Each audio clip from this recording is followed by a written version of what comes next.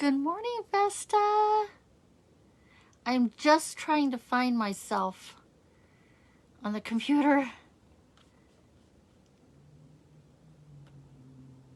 Okay. Oh, good morning, Pat.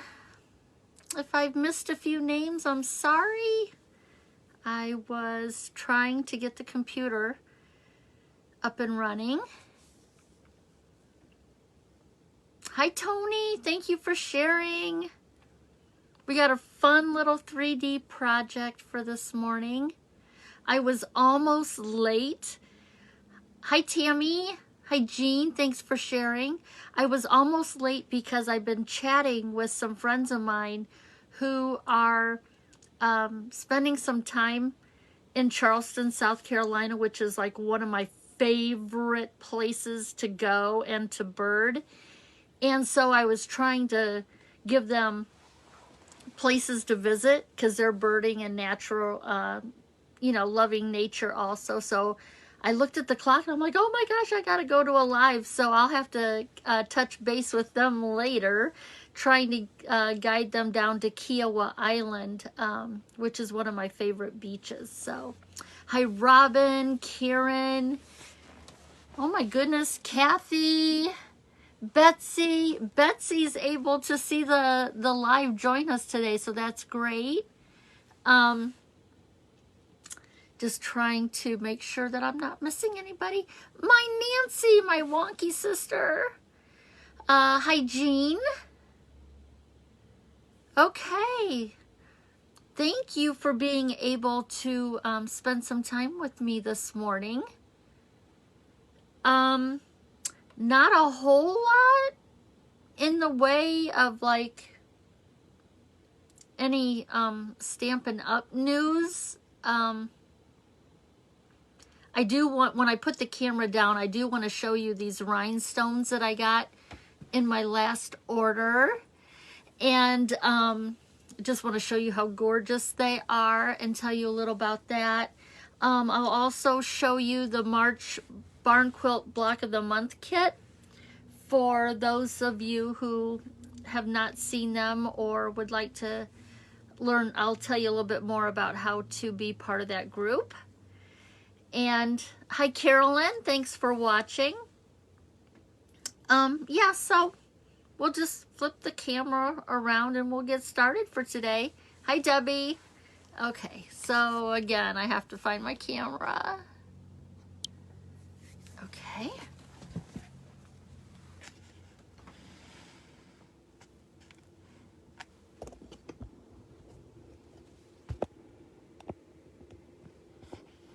Gotta tighten some things up here.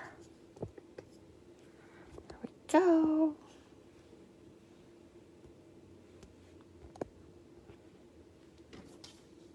Okay, so on the sheet, this is the March host code for orders that are under $150. Orders above $150, you get to reap the Stampin' Up rewards for yourself. But if you place a smaller order and you could use this host code, it helps me be able to get little thank you gifts that I like to send to my customers every month who place a $50 order up to the $150. Like I said, if your order is over $150, you get those rewards. So yeah, if you don't have a demonstrator and you're you see something today that you like and you want to order, if you just use that host code, it would help me out a lot and I would appreciate it.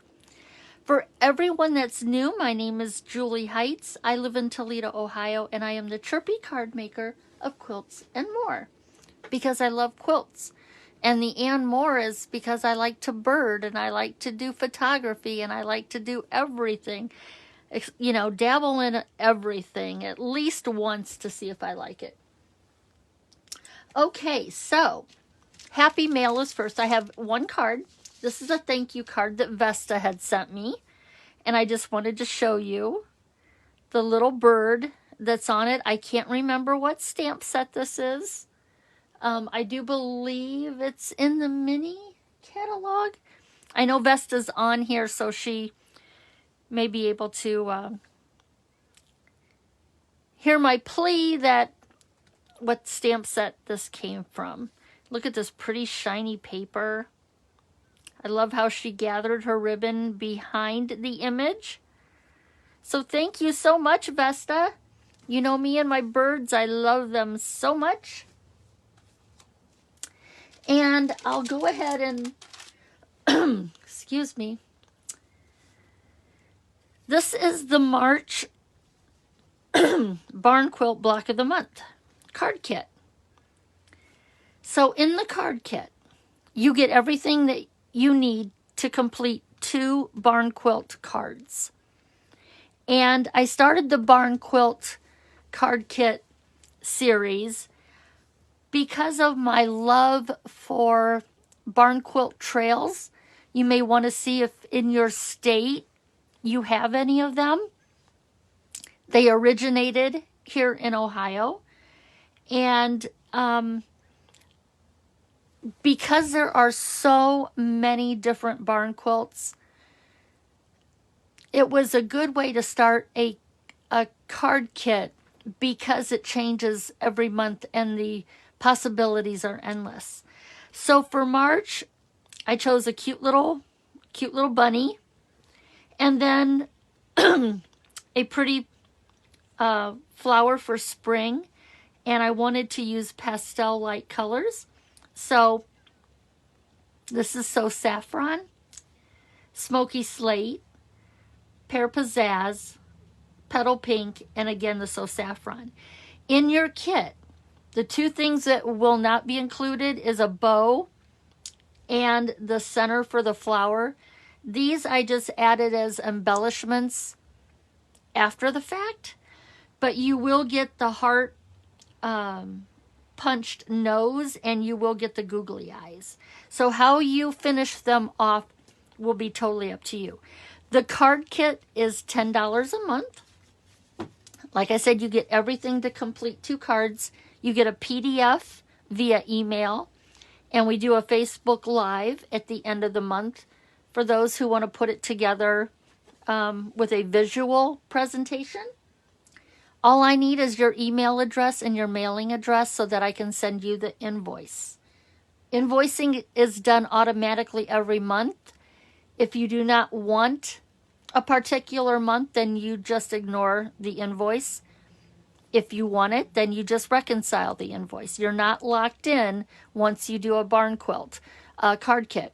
You have the option to come in and out of it as you please. Okay?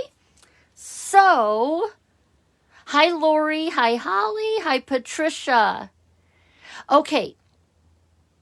Vesta says it's Eclectic Garden is the stamp set that little bird came from. Thanks, Vesta.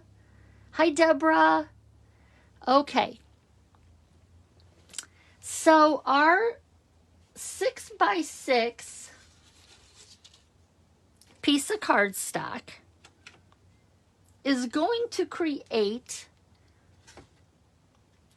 this cute little basket. Well, you need handles and some circles. But what I love about this basket is that it looks like it's pleated. Can you see it in this example? You can see the pleats of it. And it reminded me of all of my Longenberger baskets.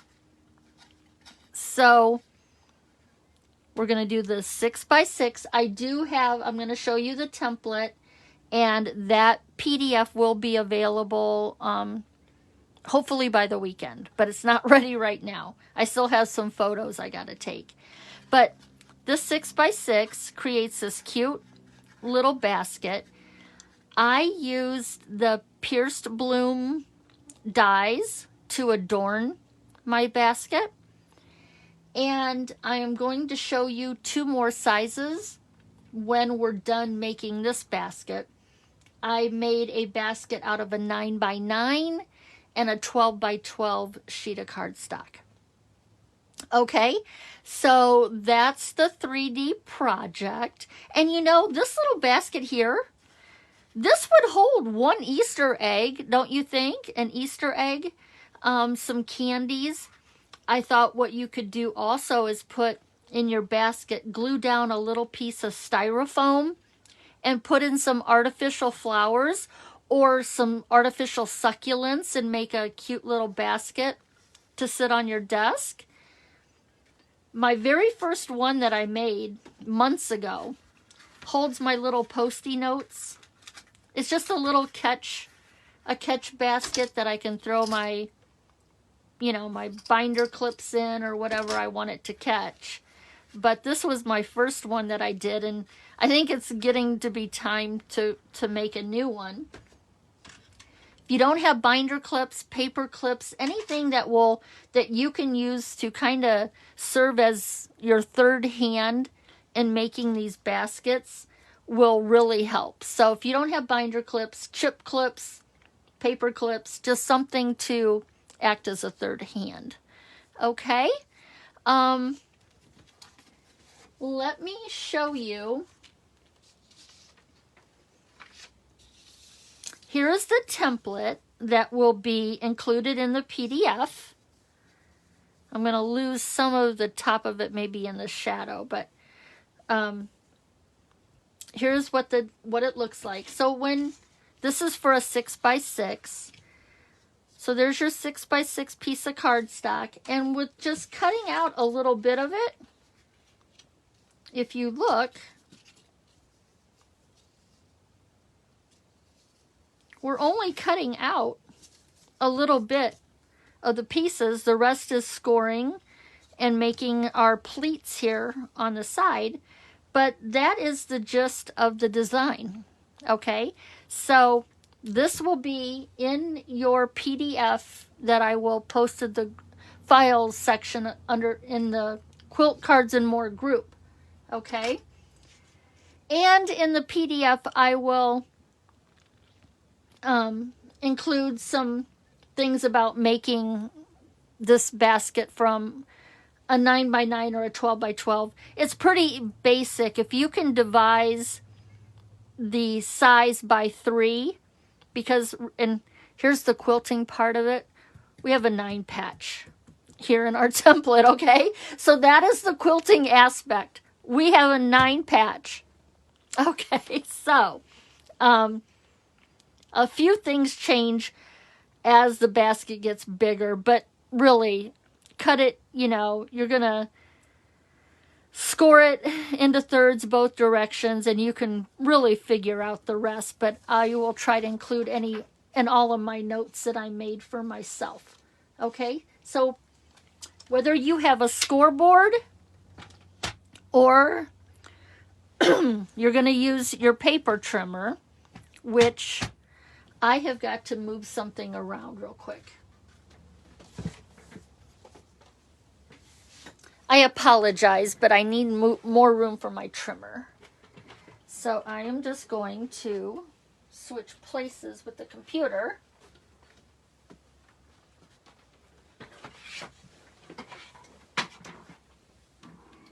I'll set that there so that I can still read your comments. But I really need to be able to bring in the paper trimmer so that you can see it.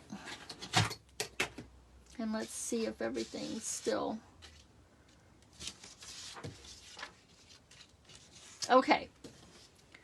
So I'm going to be on a little bit of an angle here, but what we're going to do, get your cutting blade out of the way. We're going to score first.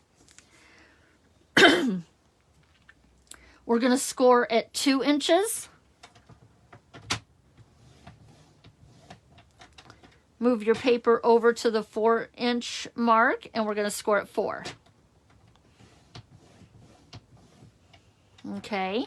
Now, turn your paper a quarter of a turn, and you are going to score at 2 and 4 again, creating your scored 9 patch.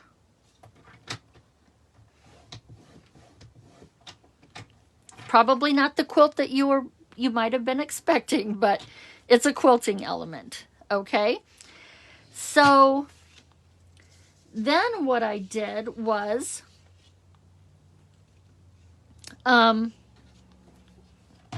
we can bring our trimmer back in just for a moment. We want to find the halfway mark, which is 3 inches. So at the top and the bottom, we're going to just, with a pencil, I'm going to make a little tick mark in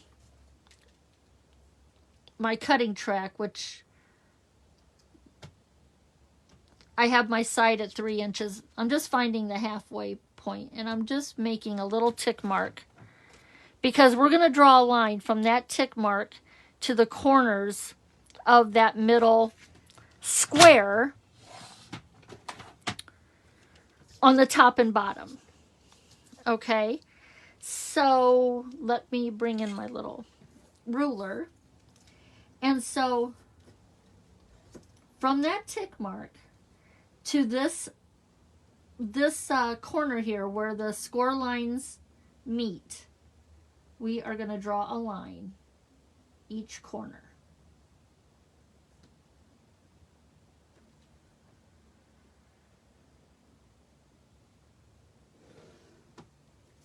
And then we're going to go over here. I could have picked a lighter paper, I guess, than cinnamon cider, but again, I wanted it to look like a Longenberger basket.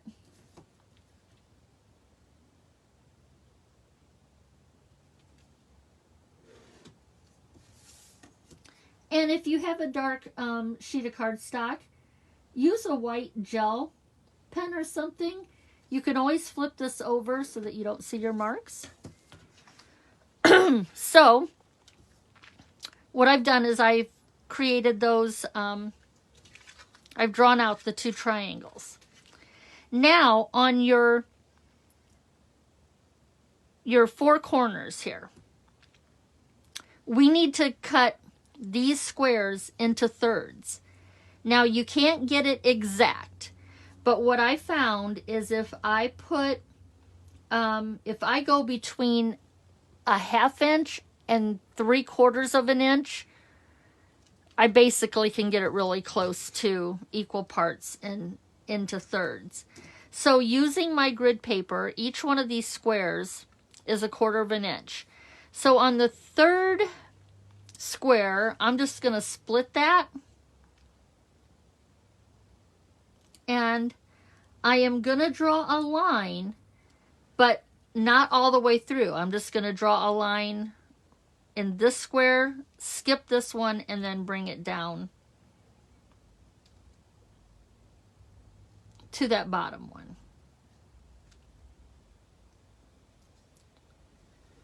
Down to the first score line, skip this square, and there.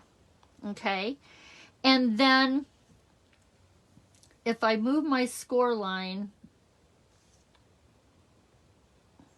what I'm doing is I want to be able to see that, because I'm going to now come over to the 3rd square from the left and split it.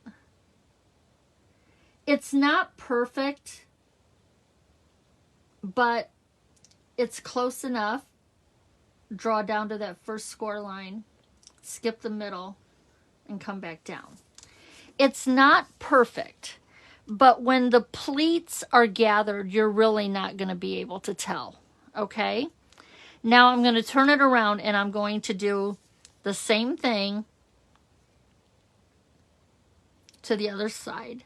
I'm just using this dark line on my grid paper. I've got my score line lined up with it. And then from the right, I'll come over 2.5 squares.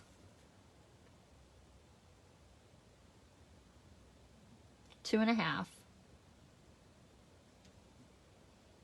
And I'll draw a line down to the first score line, skip the middle, finish it off at the end. Ooh, is that crooked?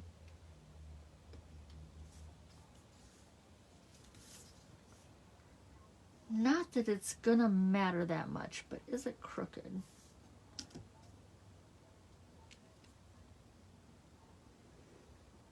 Okay. And then come over 2.5 squares from the score line.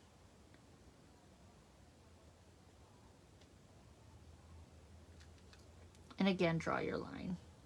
You might find a way that you like better, but that's how I do it. And now, what we've done so far, we've drawn our triangles. We have drawn our 3 lines for our pleats. Now we're going to draw a 1/4 of an inch. We're going to mark these parts here that we're actually going to remove. This way of doing this basket, I got the directions from Heather Klump, and by taking off a little bit of the first 2 inside pleats, it helps gather the basket without so much bulk.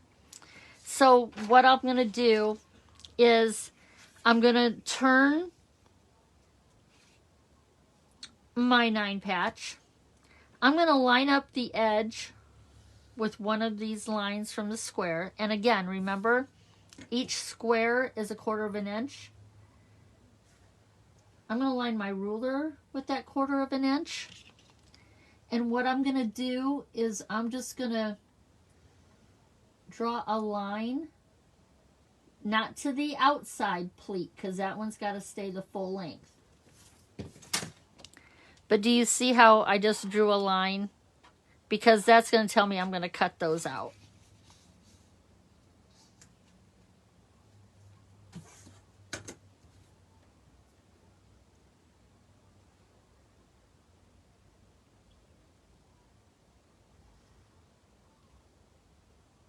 I really should have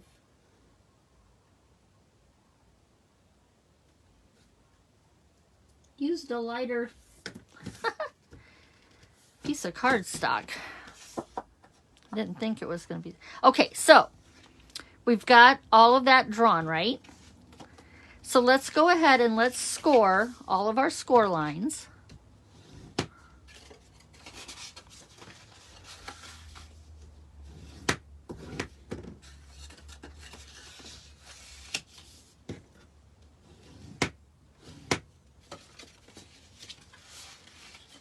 Okay. Alrighty.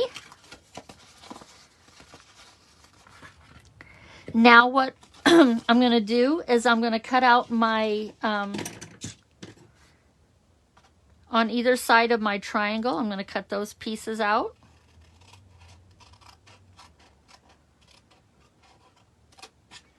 I'm going to cut on that score line.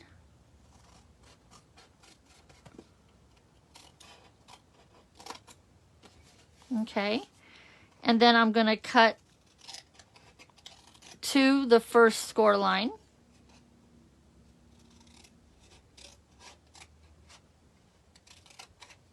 I'm going to fold this out of the way, and then I'm just going to cut across and take that 1/4 inch off.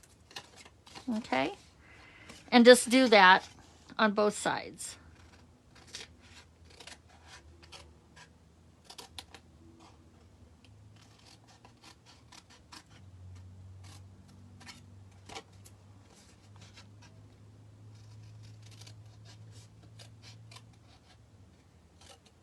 Remember, we're just cutting up to the first score line.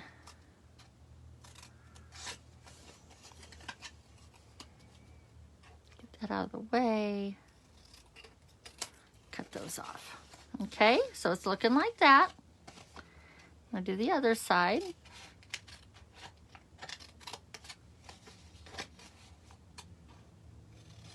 It really is a fun little project. You automatically, or I do anyway, I automatically think of Easter with a basket. And I'm thinking that because it's right around the corner. But May 1st is Flower Day. So,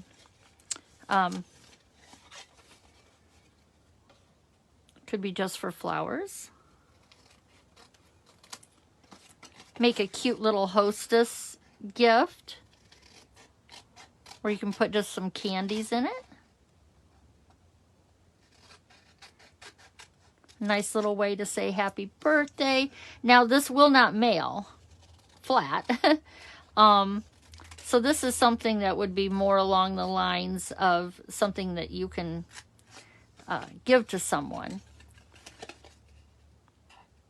That could be a happy birthday little gift or a thank you.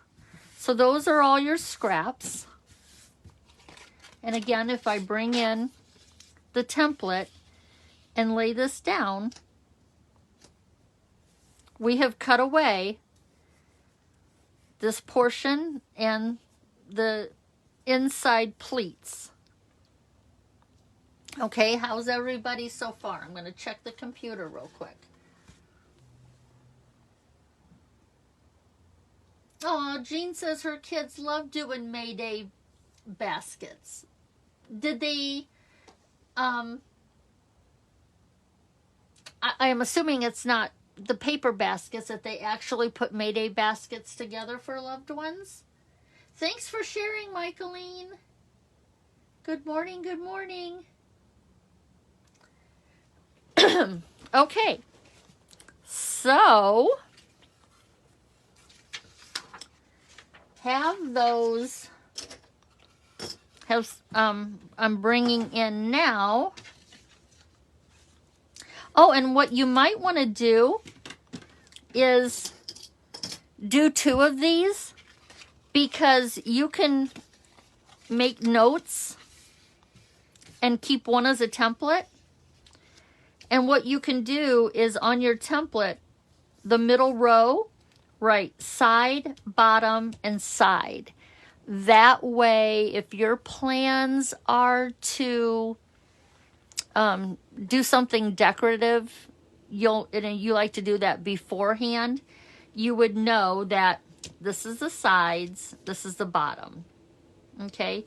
I was trying to look at embossing the template, but I haven't gone that far yet. And actually, with these baskets, I thought about embossing my handles also. What I find is when we emboss our cardstock,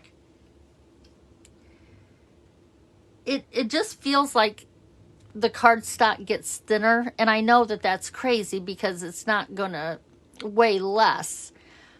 But the pressure of the rollers, I think, just makes the cardstock feel thinner. And so I wonder if it would weaken the handles or not. I don't know. That's part of my brain that, you know, works overtime. But if you wanted texture to your basket, you could try to figure out how you would run that through an embossing folder.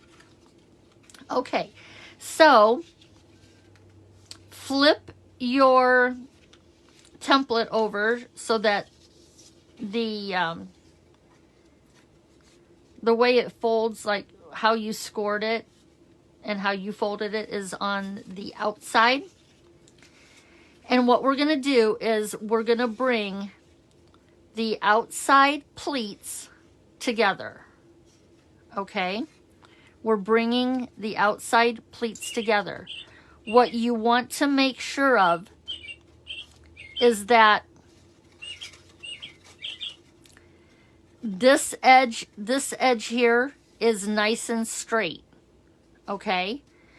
And what we're going to do is we're going to put some glue on our ends and make sure they're nice and straight, and we're going to hold them so that that glue takes. So I'm going to put a little bit of glue down here at the end, and down here on the end. They're going to overlap each other, and it'll catch. And like I said, you want to make sure that that stays nice and straight. The reason why you want it nice and straight is we're going to fold these circles in half, and they're going to act as a cover for where all of our pleats gather. And if in the middle you have anything sticking up, that circle is not going to lay flat. So you're going to want to make sure that that is straight. Doesn't matter if you got something hanging out down here. You want to make sure that it is straight on top. Okay, so now what we're going to do is we're going to fold in our second pleat on both sides. See how it makes that V?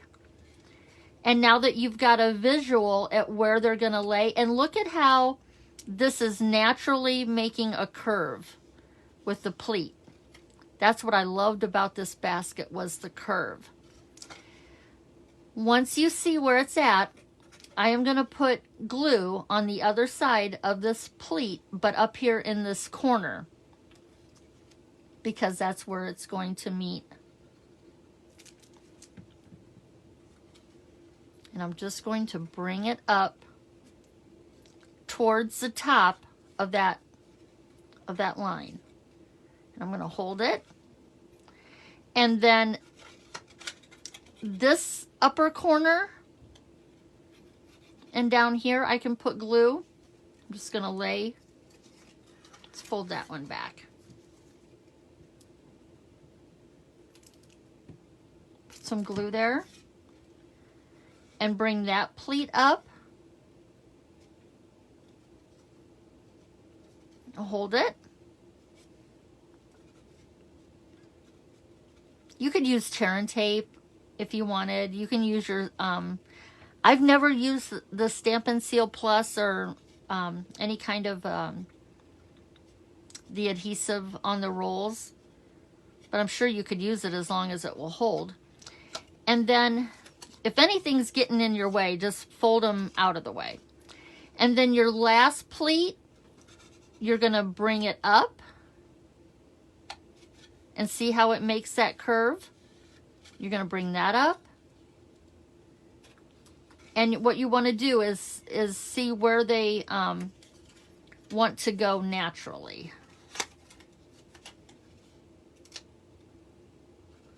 And they may not meet exactly where you want, but this triangle here is going to cover up where your intersections are. So you can bring that up, make sure it's covered. But then again, what we're going to do is we will put glue in that corner.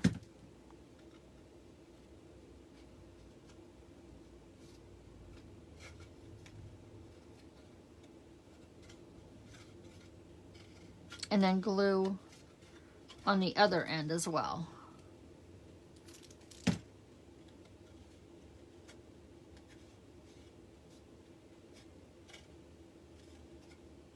Okay, we're just going to hold that.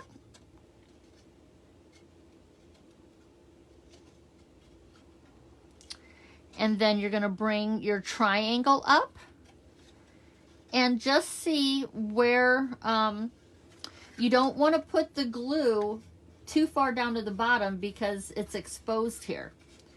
So I would say like half of your triangle, you can put glue. If it hangs over the top of your basket, then don't put glue there because we're going to cut that off. But hold this. I want to hold it with my fingers first for just a few seconds. Make sure I don't have any glue coming out of the bottom down there. And what I'm going to do is I'm going to take my binder clip. I'm going to put it on here just so that it helps hold and gets that glue to work and hold while I work on the other side.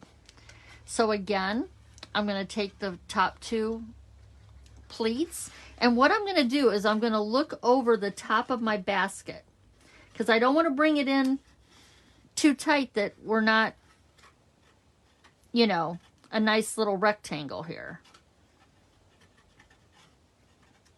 So that looks pretty good.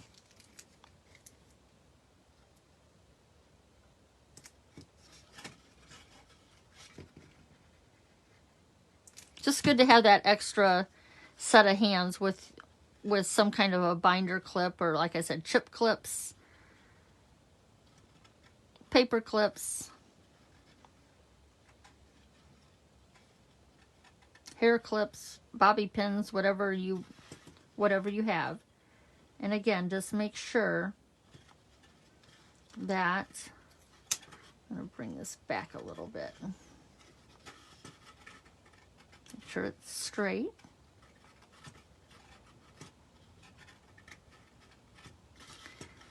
You just want to make sure that your box or your basket looks pretty even. I might even move that. No, glue's taken hold now, so it is where it's at. And again, just work your pleats.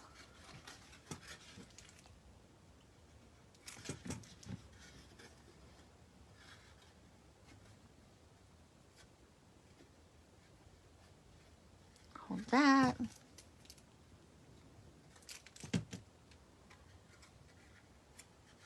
Bring that pleat over, hold it.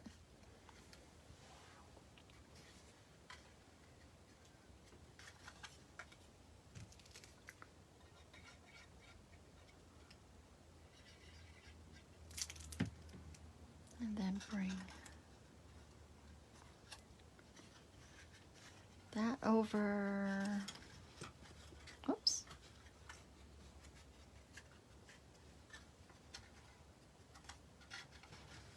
That over and hold it.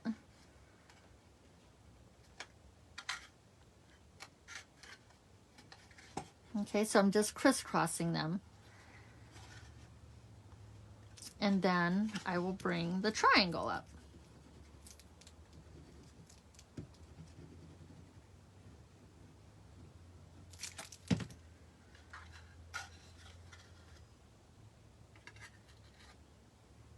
Okay. Gonna hold it just for a second, and then I'm gonna bring my other binder clip in and hold that.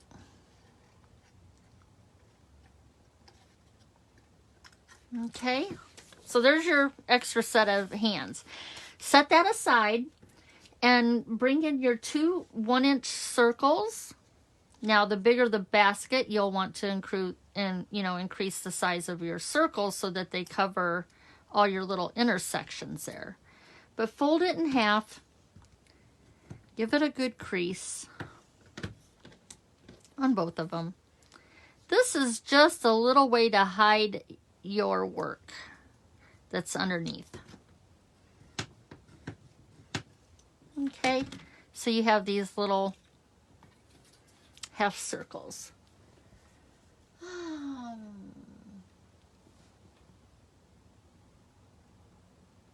Okay, so take your clips off and see your little tips that are sticking out over the top. Remember, we want that to be flat. So just snip those off. Okay, and then what you're going to do is you're going to put glue on both sides of the inside of your circle. Don't go too crazy. Remember, this liquid glue likes to move around. And then lay it on top and just hold it into place. Just make sure that it's resting right on across the top of your basket. Now, because there's some bulk there, it may not lay completely flush. And then what I think I'll do is I'm just going to hold that there These binder clips are really strong and they leave a little bit of a mark on my basket, so I don't want to leave them on there too long. But just to work as that extra hand so I can move to the other side. Hold this down.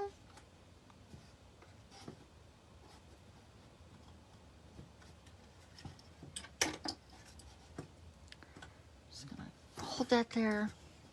Take this off. Okay, so now we're going to come into our handles. Now, I found it really hard with my corner rounder to get nice rounded corners with only a 1/2 inch strip. So what I'm going to do is I'm just going to lay them on top of each other and I'm just going to kind of round off the corners. And it's not going to be perfect, but I'm just going to take those sharp corners off. Worked really well in my corner rounder with the larger handles for the 2 baskets. I'll show you when I'm done. But so here we have our handles. I'm going to take that off. And what I'm going to do first, I'm going to put them back together. I'm going to bring in my hole punch.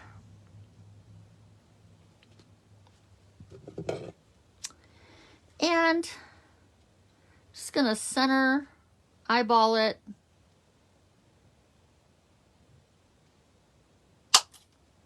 And make a hole. And do that to the other side. I'm doing both of them at the same time.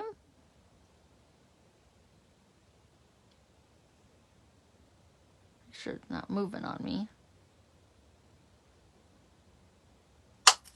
Okay. And I picked out some brads, keeping with the Longenberger theme. They like to, some of my baskets have a copper,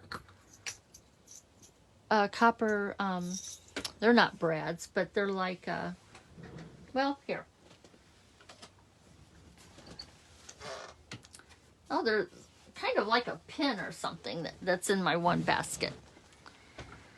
Now what I want to do is I'm going to put my handles on the sides of my circles. And I'm going to come out just a little bit from the circle and above my pleat.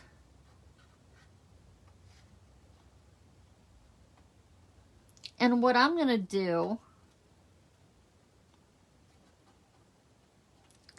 holding it, it's kind of awkward to get back in there with my hole punch, but if I take the piercing end of my take your pick tool, I'm going to put my finger behind there and I'm going to feel when this sharp end goes through. I'm just going back and forth like this, and I just felt it hit my finger.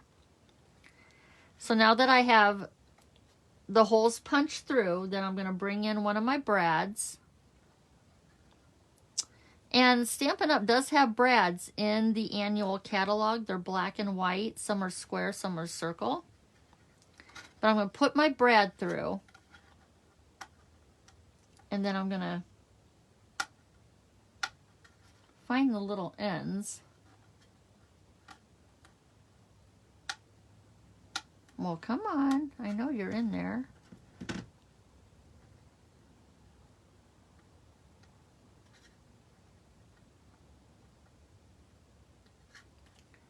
I just feel like I'm all thumbs. Maybe this one doesn't have a split.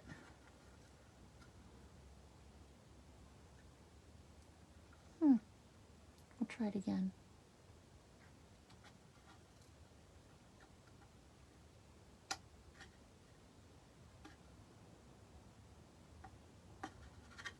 Well, I'm not going to spend all day trying to get that. Just try a different one.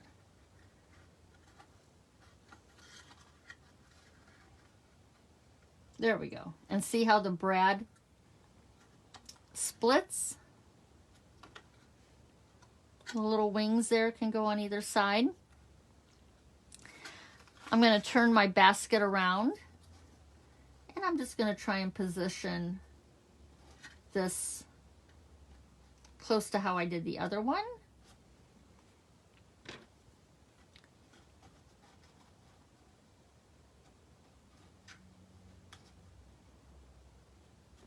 This one's a little bit near the top.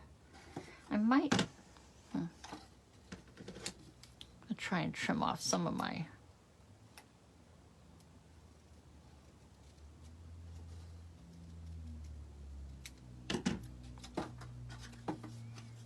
It's going to make my handle just a little bit shorter, but that's okay. Okay. Pierce right through the hole that I did with the paper punch.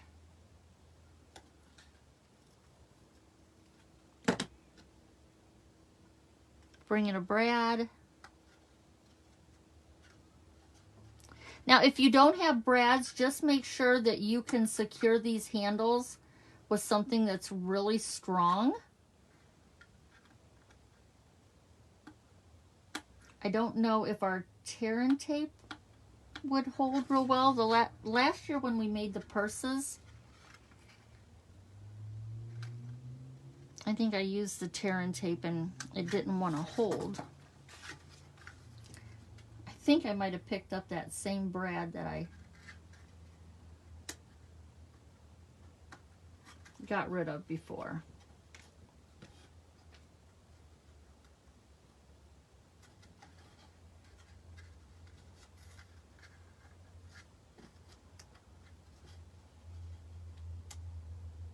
There, we got it to split.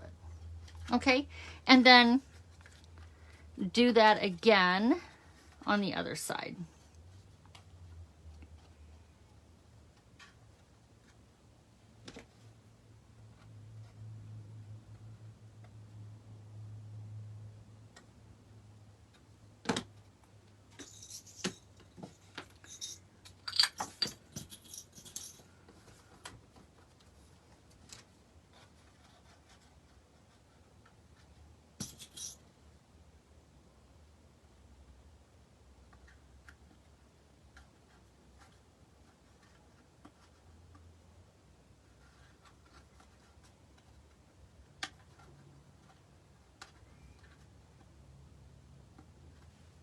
This is ridiculous with these brads. I wonder if I can get them started before. They are so tiny.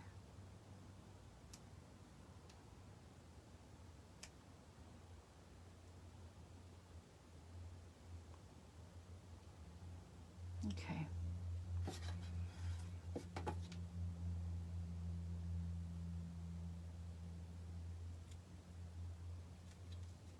This is really ridiculous. Spending more time on the brad than getting my basket done. Ridiculous. Now see, look how easy that one was. Holy moly. Now I feel I gotta hurry up and make up for some time here.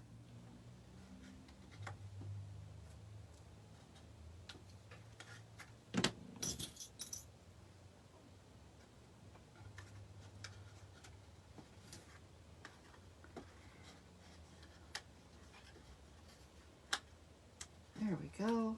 All right. Okay. And your handles can move. Okay, so you can open it up and fill it and then put your handles back. You could even tie your handles closed with a pretty ribbon. So there's your basket. It's going to take you more time decorating it than actually making it. So there's your little basket. What I chose to do for this one, I already put put all the flowers together, so that'll save us time. But here what I did was I used the iconic dies. I used this branch. I used this branch.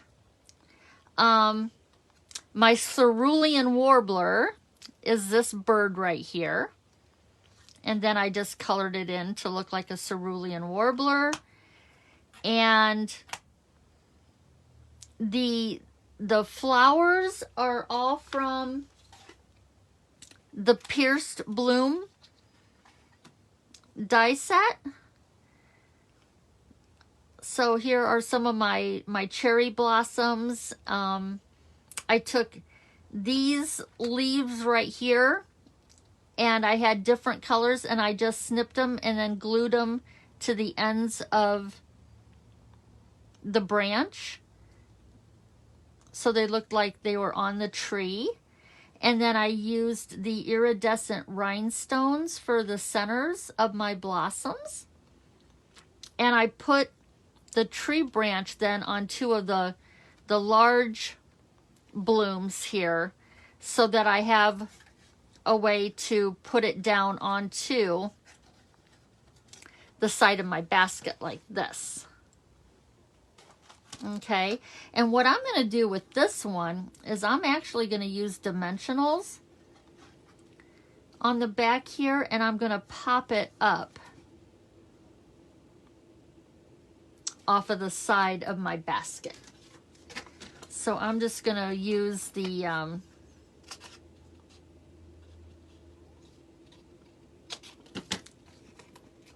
outsides of my dimensionals here, and I know that it needs to be something sticking on there. Be like, I don't want it to hang too far off the bottom because then it won't stand up. So it's got to be up here, kind of like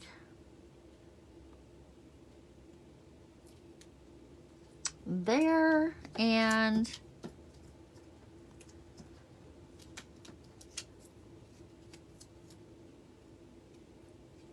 here. So take these backs off, and we will just kind of center it.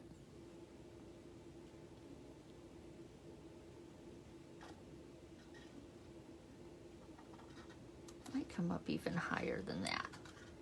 There we go. You can't see it. There, I popped up. There's my little basket with my cerulean warbler. So there was one of my little baskets. This one here was just done with the flowers. And this is the baskets from the 6x6. What do you think? Are they cute? I want to show you the other two sizes. Remember, I said that I had made one from a 9x9 and a 12x12, and I just want to show you how much bigger the baskets get. Okay, so let's make some room here, because I'm going to kind of like lay them on the side. So this is the 6x6. The 9x9, I got a little creative. I put a bunny head on one end. I put his tail on the other end. This is just a cotton ball. But this is like a bunny basket. It's kind of quirky, don't you think? But it's so cute. But I just wanted to show you, and I used bigger brads because of the bigger handles. And here's a good example of, as you make your basket bigger, you're going to want a bigger circle to cover all your intersections, and I used a scallop punch there. All of this was done with punches. I didn't have to use any dies. Put the little googly eyes on and the mouse. So that's a 9x9. So 6x6, 9x9. Oh, grandkids. Okay, now the 12x12 basket has not been embellished, but I just want to show you the difference in size. Okay, so here's the 12x12. It's a pretty good size little basket. In fact, either one of these two bigger ones would work to hold quite a bit of stuff. And then here's your little, so your overhead view, if you want to see what the size difference looks like, there you go. Okay, and then, but if we lay them flat like this, you can get a good idea the size difference also. So depending on what you're going to put in your basket, I guess would depend on what size basket you're making, right? But yeah, so I was just playing around. I wanted to, in the PDF, give you some alternative sizes. I'm thinking this bunny's head could be bigger, proportionate wise, but it's really adorable. And by the time you put some grasses down in there and put the treats and, you know, some little Easter goodies, it will be really, really cute. So I used circle punches, scalloped punches. This is the, now in the new catalog, you have the dual punch that does the smooth oval and the scalloped oval. I actually have the whale punches from Stampin' Up from, I don't know, maybe a decade ago to do mine. But if you have the layering ovals and circle dies, you could get your pieces also if you don't have punches. And that little nose is from the dog, the retired dog punch. So the little heart became the nose. And then I just slivered off some whiskers with my guillotine trimmer. And again, a cotton ball. I didn't have any pom-poms of any kind, so I just went downstairs and glued on a cotton ball for the tail. So these are our little projects for today. Cute little baskets. Again, hold some things on your desk. Glue down a little styrofoam. Put a little fake succulent in there to sit on your desk. Little treats. They could just be used for anything, but I was thinking spring. So there's our baskets. That's the project for today. I hope that you enjoyed it. I am working on getting the pictures done for the PDF. Oh, I know what I wanted to show you. Okay. These rhinestones. There's what you probably been seeing YouTube videos, Facebook videos using the Waves of Inspiration, I think it's called, collection.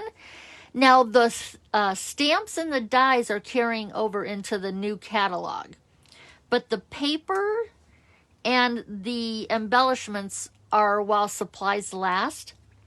If you're a blue-green girl like I am, look at these rhinestones. The blues and greens are just gorgeous.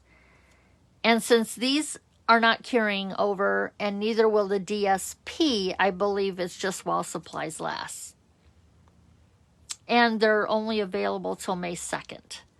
So if you're a blue-green person like I am, you're going to want to get your hands on some of these basic jewels. So that's what I wanted to show you, but there we go. So I hope to see your baskets over in the Quilt Cards and More Facebook group. And maybe next week, your basket will be adorning the cover photo for the group. Congratulations to Doris Fryman, whose name was selected, and her card from last week's Facebook Live is the cover photo for the group for the week. So that's all I got for you today. Thank you for being here. I will be working on the PDF. If you have any questions about anything I used, let me know. For now, you'll just have to go back and rewatch the video if you're wanting to redo the basket now. But I will work on that PDF and get it over into the file section as soon as possible. Okay, everybody, have a blessed day, and I will see you next Thursday.